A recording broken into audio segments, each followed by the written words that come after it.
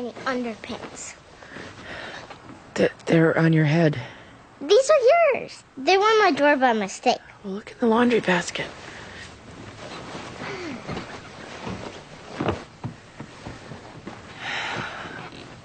Lawrence said you were awake. I was writing an opinion till 3 a.m. Well, Lauren told me you were awake. I took a personal day, so yes, naturally I got up early to do yoga and write my autobiography. No need to be sarcastic. I just want to remind you about the Royal Conservancy Garden Tour. Hello. Jillian, good morning.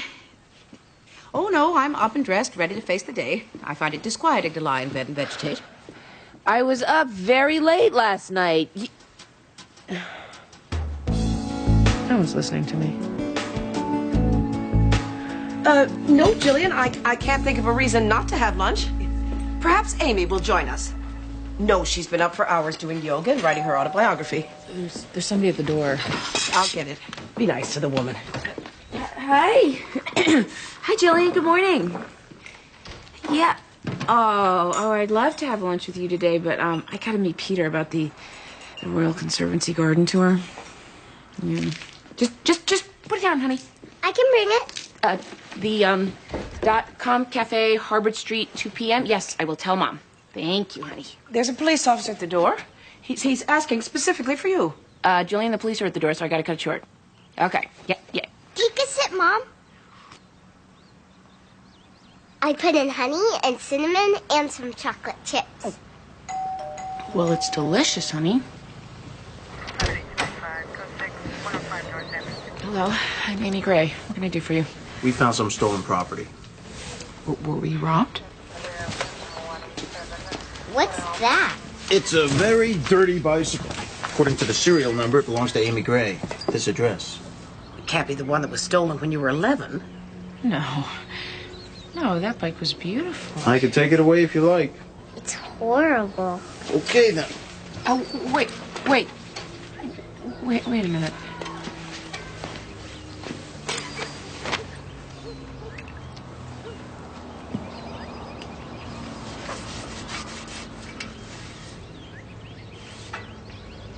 It is my bicycle. You found my bike!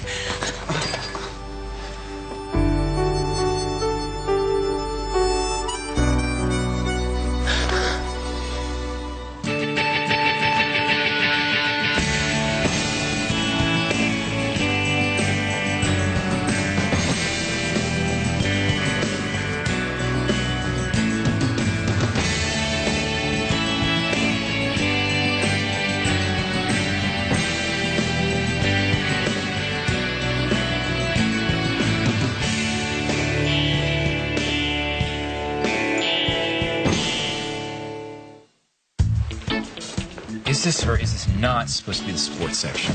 Yes, it is. So why is swimming on the front? Vincent. Swimming is not a sport. It's a stage of evolution. Vincent! What? Where are the Cocoa Crunchies?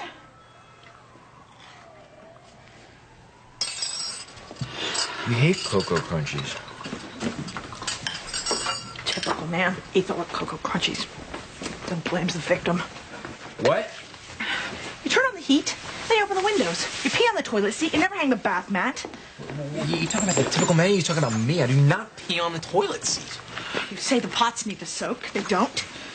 You just leave them in a sink for me to wash. And go reading sports to Ariadne. Sports are just channeled male aggression. If there's something that we need to work out, then you sit down and we'll talk about it. Don't use that tone with me. What tone? The she's hysterical, he's reasonable tone. What is the matter with you? The question is, what's the matter with you? You hate Cocoa Crunchies! Good morning, Your Honor. The people will show that 15-year-old Barry Gilmore, who goes by the name of Romeo, is guilty of manslaughter in the death of 17-year-old Juliet Bernard.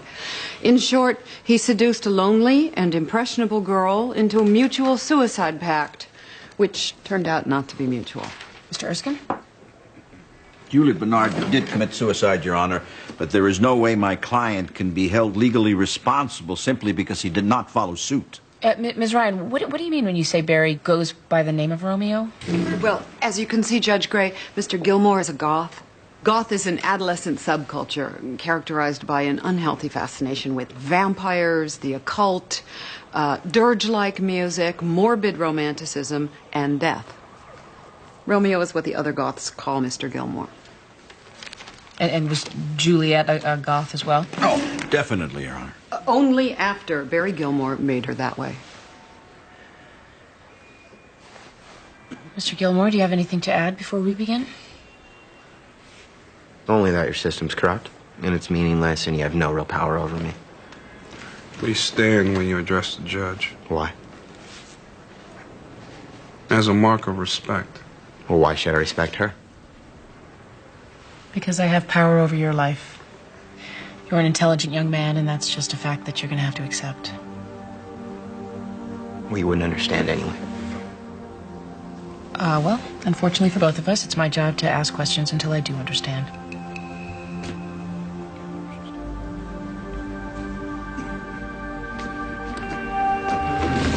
What Juliet Bernard did, she did because she felt impelled by circumstance, because they tried to force us apart.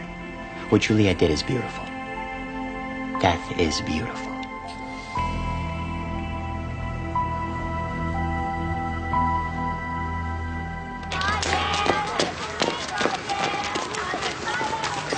The little fella alone on the bench, that's Prince Sadler, right over there.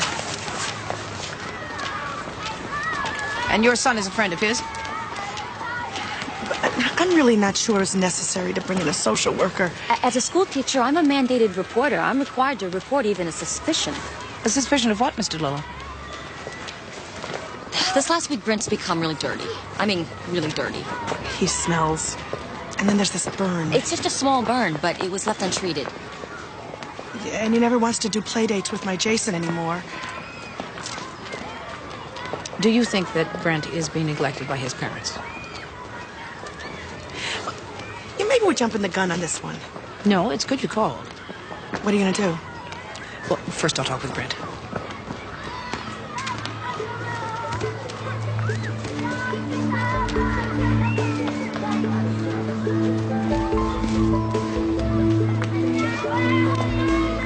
Order up. All right, it's that time of year again. Somebody has to accompany Mom on the Royal Conservancy garden tour. I'm more interested in why you cried over a bicycle this morning. Did Mom write me out? You cried over a bicycle? Remember that bike that got stolen when I was 11? Sure, the one with the snowflake banana seat? Ooh, pie and coffee all around. Why did you cry? I don't know. Look, we're off the subject of the bike, okay? Now, I went last year. I took Mom last year. Remember, I got stung by a bee. Hey, have you guys noticed anything odd about Donna lately? I don't want pie. What do you mean, lately? Well, she's incredibly cranky. She's it's like building up steam. I feel like she's about to explode. What, do something stupid like marry an axe murderer? You got stung by a bee 2 years ago. I went last year. Wait. What should I do about Donna? Nothing. She's a loon. She's not a loon. And she's fallen in love with you, and she's angry at you for not reciprocating. Donna's not in love with me. Hey, you don't work insurance 18 years without learning a little bit about human nature. I think Vincent should go. No. On the garden tour with Mom. No. When I was 16, I told Mom I was not interested in horticulture, and that has not changed. Okay, rock, paper, scissors. This is childish.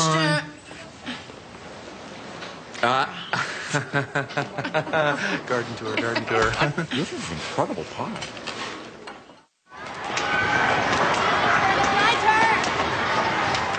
What'd you have for breakfast this morning, Brent? Ravioli. Did your mother cook that for you? I like it cold. You smell pretty good. I must have got my mother's perfume on me when we hugged. Did you bring something for lunch today? Ravioli.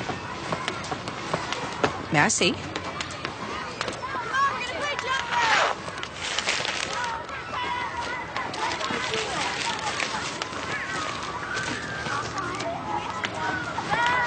Do you think maybe I could talk with your mother? She gets very tired, and she hates it when people bother her. If you have a message for her, maybe you can give it to me.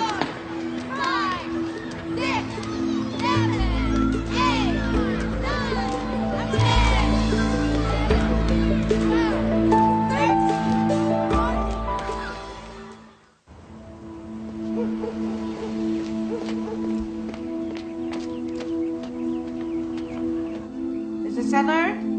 Mrs. Sadler? Brent?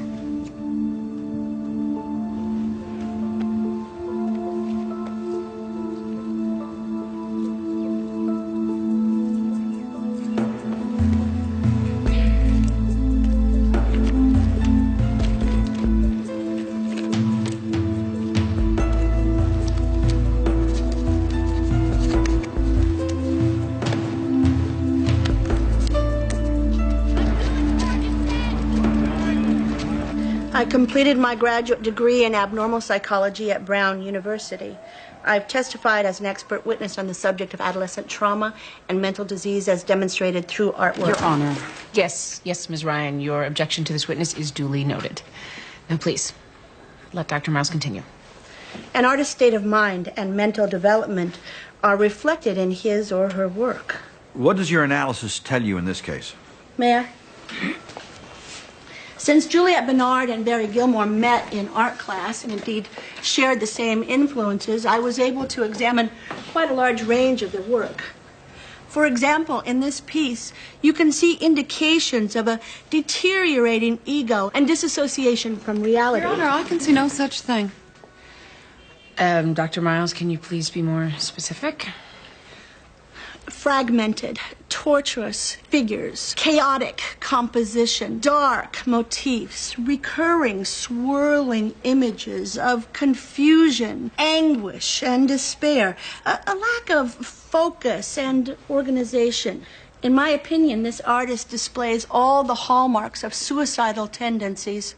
So Barry Gilmore was depressed? Oh, I'm sorry, Judge. This wasn't done by Barry Gilmore. This is Juliet Bernard's work. Doctor, are you able to gauge with any degree of accuracy just how sexually experienced a young artist might be? Well, in my opinion, this artist was sexually sophisticated. And what about Barry Gilmore? Well, conversely, this is the work of an optimistic and energetic artist. Your Honor, there are monsters, and there's darkness all over his painting, too. Yes, the subject matter is undoubtedly immature.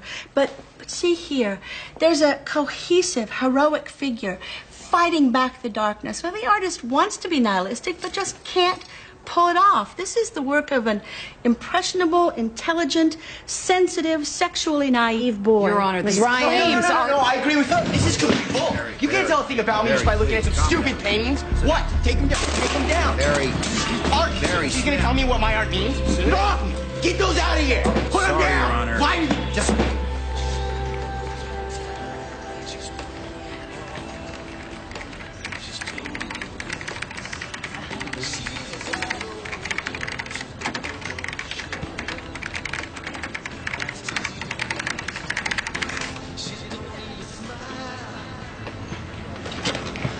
Can I have another half-calf soy cappuccino, extra hot, no foam? Coming right up.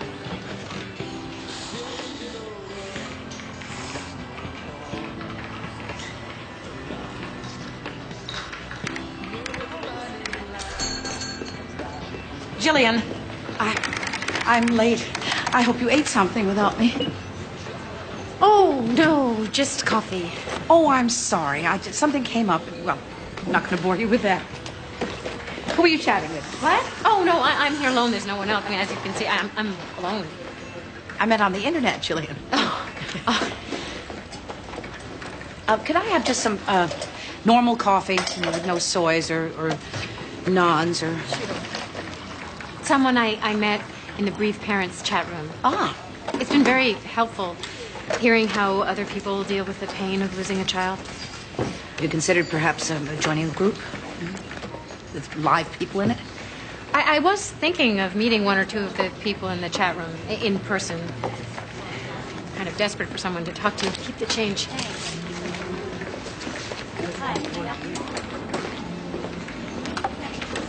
Do you mind if I ask how bad things are between you and Peter? I'm sorry. I'm not sure I can discuss this with you, Maxime. Somehow I feel that by criticizing Peter, I'm criticizing you. Well, I assure you we are completely separate human beings. You raised him. You made him. I know what Peter's like. I know he has trouble with strong emotion, and I know that because he's just like his father. And it used to make me want to scream. But underneath, it's a very good heart. This is the first real conversation I've had in weeks. Except for my friends in the chat room.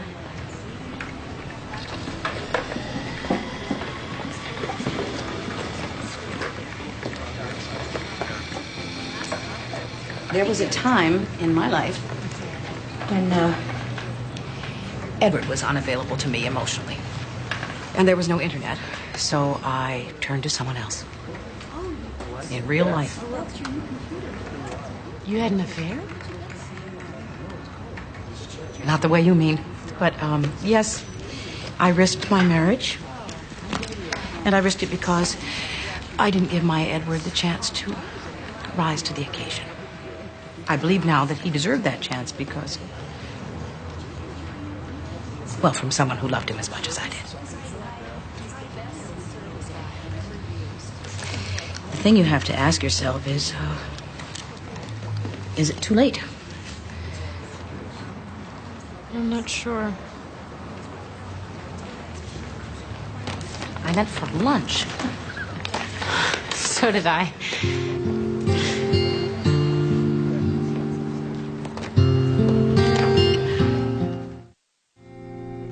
I had these plastic things that went here and here. They were neon colored, green and blue and yellow and orange. And then these ribbons, they were bright red with little gold flecks inside that came fluttering out of those handlebars there.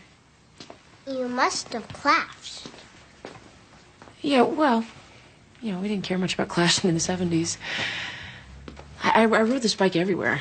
I had thighs of steel from doubling your Uncle Vincent on the banana seat over there. Was that safe? No, it wasn't. I loved this bike. And then one day, Mom sent me to get a pack of cigarettes for her, and I came out of the store, and it was gone. Grandma shouldn't have sent you to buy cigarettes. Well, times have changed, honey. Anyway, I thought that when I was done cleaning it, I'd give it to you. It's got a big scratch on it. No, this is where my daddy inscribed it for me. When I'm done cleaning it, I'm going to give it to you. Then I hope you never finish cleaning it up.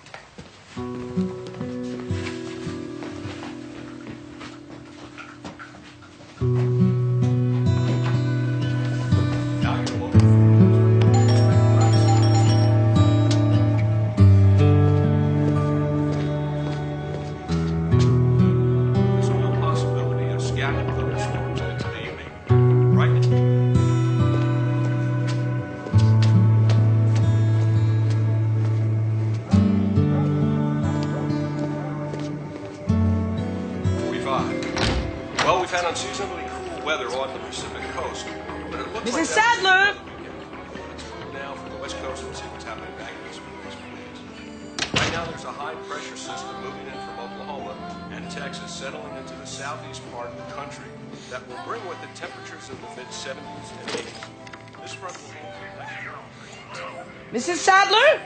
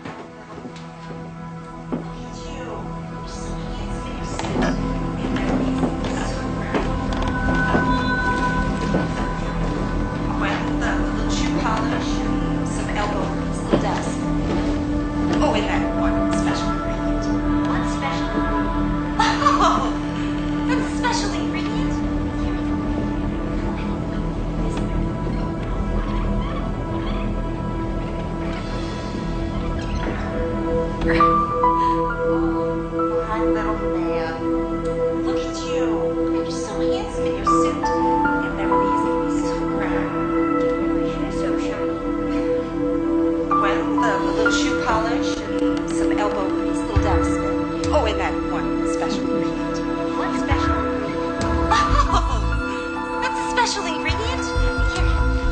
Well, I don't know how to work this. That'll be fun. Oh, love. It's a special ingredient, you silly goose. Oh, my silly goose. Say thanks, Aunt Bev. Thanks, Aunt Bev. We love you. We love you. Let's go, sweetie. Okay, gotta get out of here. We love you. Love you.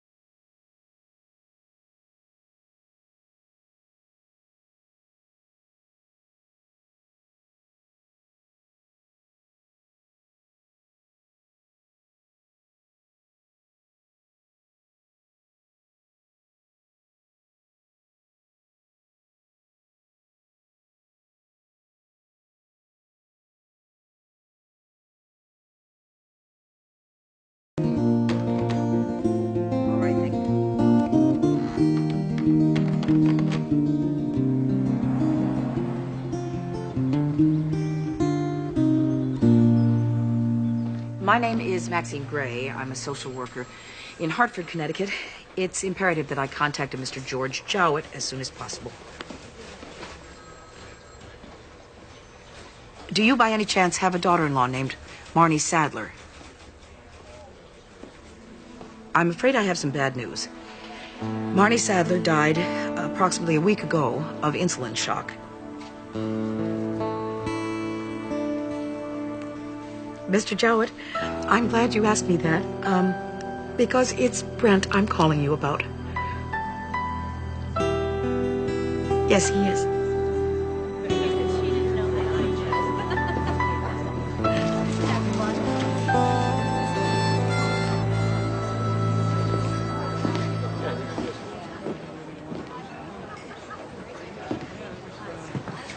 Shrinking violet? Are you Dave? Yeah. It's nice to finally meet you in person, Jillian. Yes, you too.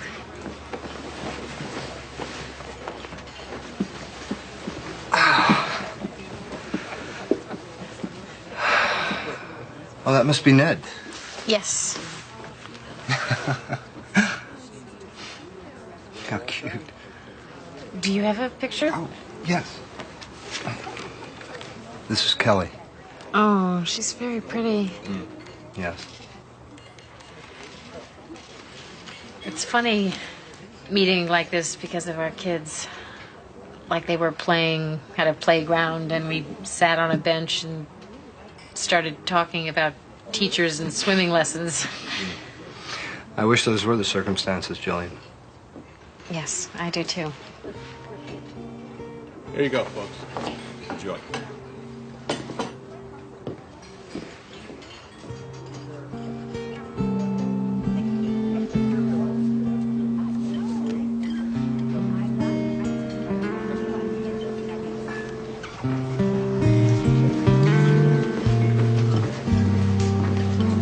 You can pick us a seat.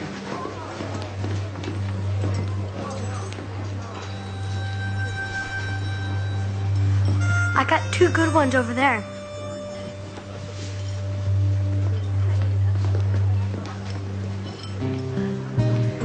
Pick a good spot to sit. Perfect. Could be better.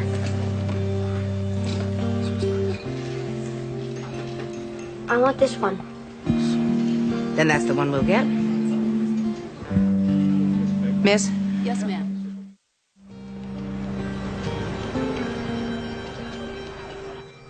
Barry, did you turn Juliet into a goth? Juliet always had a goth soul. I just showed her how to dye her hair black. How did the issue of a suicide pact arise between you? Mr. and Mrs. Bernard totally freaked out one night when Juliet didn't come home. When they found out she was with me, they decided we shouldn't be together anymore. You were lovers? We were everything to each other. You felt separation was unbearable? If we couldn't be together in life, we chose to be together in death. Only love overcomes the senselessness of existence. Who first introduced the notion of suicide? It just came up between us. It was natural. But it was Juliet who came up with the plan. Isn't that true? Juliet knew a guy we could get some pills from. Nebutal, Seconal, Darvon. I don't know. I traded my stuff. Juliet's idea was for you to overdose. We got a motel room. We drank vodka to help the pills work better. We were going to make love one more time. Just to be clear, Mr. Gilmore, did Juliet have the pill? Excuse me, Mr. Erskine. But you didn't. Didn't what? You said you were going to make love one more time. That suggests you didn't. No, I didn't.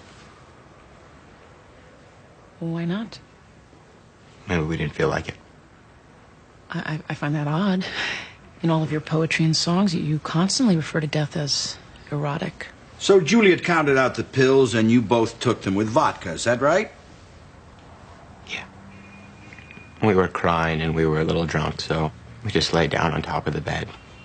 Like, it's kind of hazy. I don't really remember exactly. And Juliet died?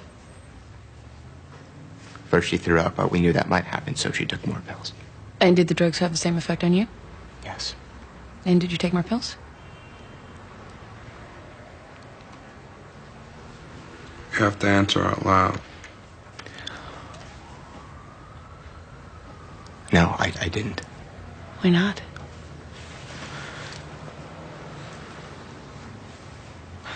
I don't think it hurt her.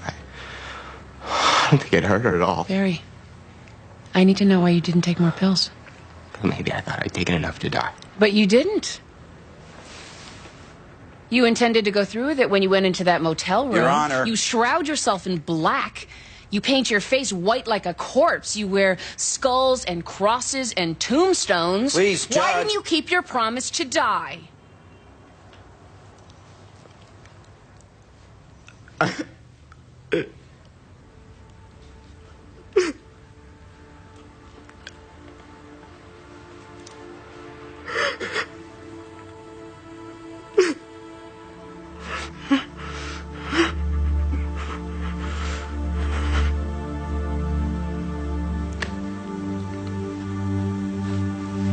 Because I was afraid.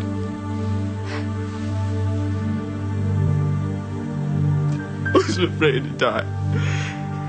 And all my talk about death, and all my poems, and all my songs are so completely two-faced.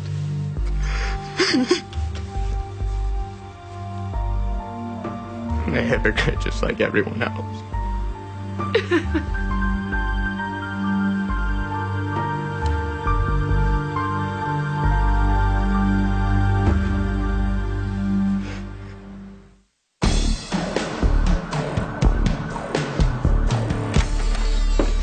To cut a deal. I beg your pardon? Barry Gilmore can plead to any number of more minor charges. Attempted suicide, possession of narcotics, underage drinking, hell, throwing truancy, I don't care. He pleads to any one of those, I find him guilty, and put that kid into counseling before the end of the day. Well, obviously, I'd prefer you find him guilty of manslaughter in order counseling. Yeah, Miss Ryan, I realize that you like to boost your felony conviction rate, but that confused boy in there did not cause the death of Juliet Bernard. I resent your implication. I'm sorry I hurt your feelings. Your Honor, if you're going to find Barry non-culpable in Juliet Bernard's death, why should I advise him to plead out? To save his life, Mr. Erskine. You are out of bounds, Judge Gray. He didn't make love to her. What has that got to do with it? If he were a sexual sociopath, he would have had sex with her before she died. It is obvious to me that Juliet Bernard was a sexually sophisticated young woman. She was 2 years older. She knew where to get drugs. She was depressed. And we were all fooled by the makeup and the black clothing and the attitude into thinking that Barry Gilmore was the one who was death obsessed. But Barry didn't want to die. He was afraid. He didn't chug vodka and nail his girlfriend and wave goodbye to the world. Once Juliet was gone, his resolve failed. And sometimes they try again. Who tries what exactly, Judge Gray? Suicide pacts that go wrong.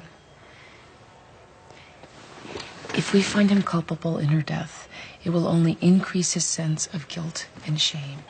And I don't know about you, but I don't want any part of helping that boy to try suicide again.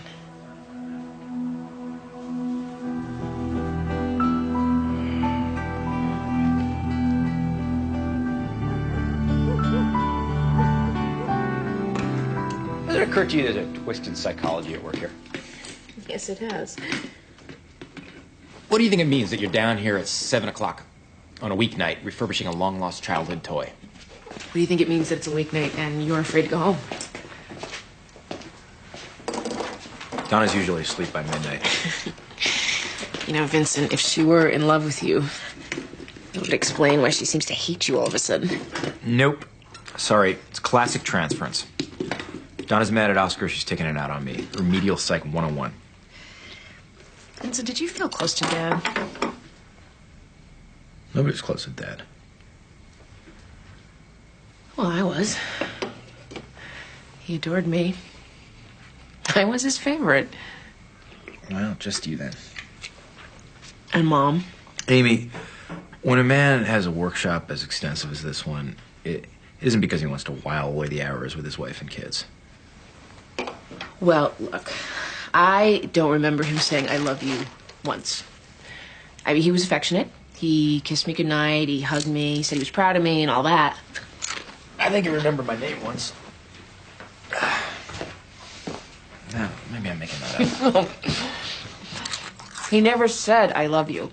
But when he gave me this bike, he etched the word love into metal with his bare hands.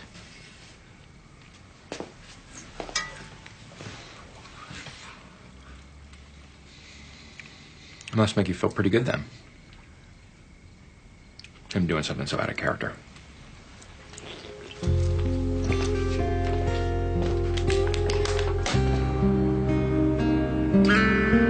That's me and you.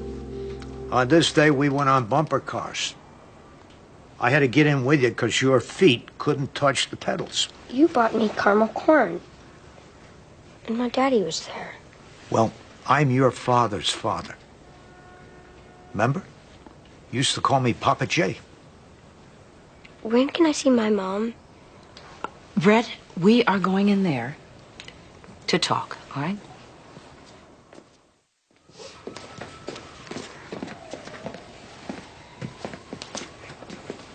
Hasn't anyone told the boy his mother is dead?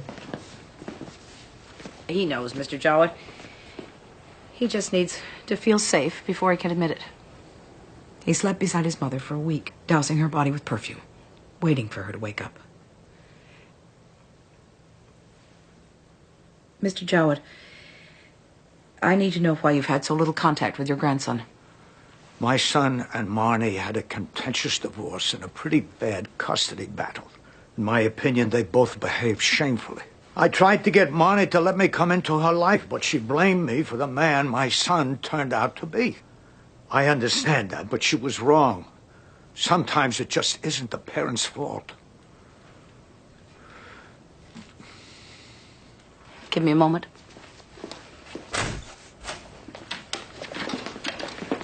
Can we go see my mom now? Brent, your grandfather is very upset about your mother. Why? He just can't believe she's gone. You know, what I think is that he really cared about her. And, he wonders how anyone so young and beautiful could just die. You and your grandfather are the last two people left in your family. That's too much sadness for one person to handle all by himself. Do you think you could help him?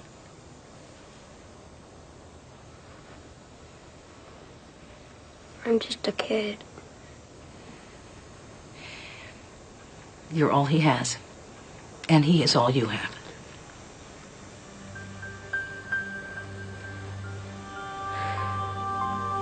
Do you think my mom's with my dad? Do you think they're together? Yes, I do, Brent.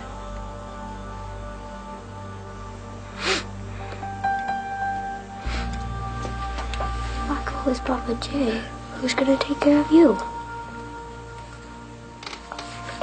It's all right. I won't be alone.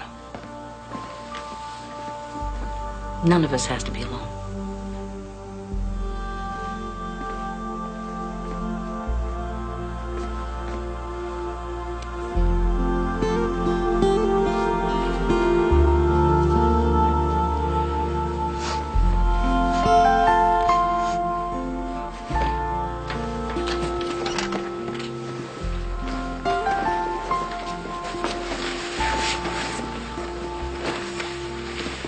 My daddy can skip a rock 10 times.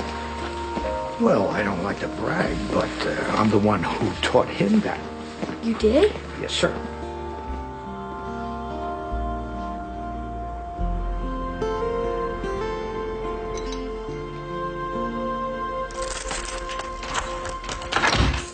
Hey, Donna.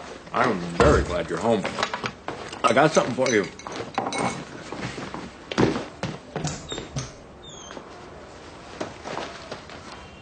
So? I hate Cocoa Crunchies. Do you really think I can't take you down? Here's what I think is happening. I think that you're upset because you want out of your marriage. You're misdirecting your anger onto me. Ow! Ow! Ow! Ow! Then don't be psychological at me. Okay, the only other explanation is that you're in love with me. And if you're in love with me, then obviously we got to talk. No, in case you haven't noticed, my tastes run to a beefier, more manly kind of fella. Oscar makes 3 of you. Oh my God, you haven't fallen in love with me, have you? What? No. No. What? No, you're the one who's treating me like crap.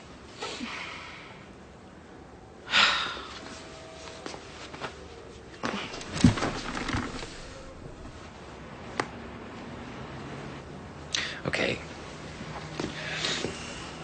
I may be overstepping here, but I think that you should divorce him.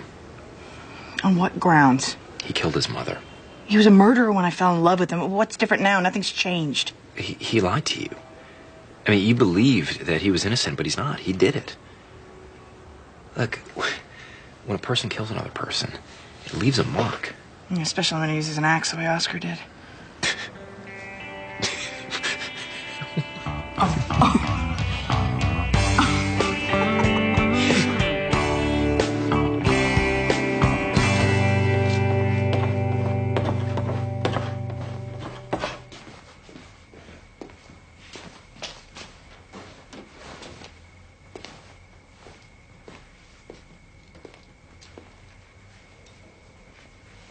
I know it was you. Oh. Well, who else would it be doing laundry at this time of the night? I mean, the bike. Love Daddy? Your father loved you very much. Then why did you have to write it? Oh, Amy. He listened to you describe what you wanted. He ordered it especially, and he put it together right here. Took him forever. Man was all thumbs. And by the time he was done, he thought the bicycle said it all. He put it together himself. Word of God. But you were always an emotionally needy child. You never could get enough of your father. So I helped the 2 of you out a little. Now, I'm sure you're going to say that I've thrown your entire relationship with your father into doubt. You're a very good mother.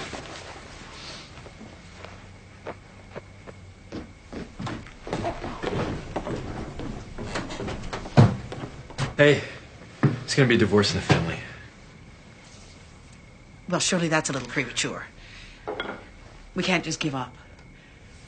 Whoa. Wait, I'm talking about Donna and Oscar. Who are you talking about? Donna and Oscar, of course.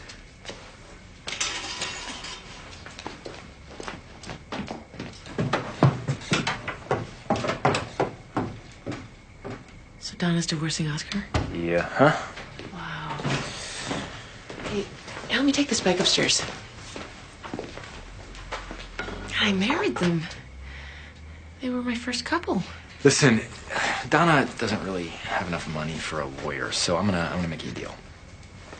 You help Donna find some pro bono legal advice, and I'll take Mom on that Conservancy Garden Royal torture thing. That's all right. I'll do both. Why? I'd like to spend the day alone with Mom. Why? Hey, let's both go riding on my bike. No, you're on your own. Yeah, come on. I'll double you like the old days. Double me, you scare me to death. Oh, come on, chicken. Chicken.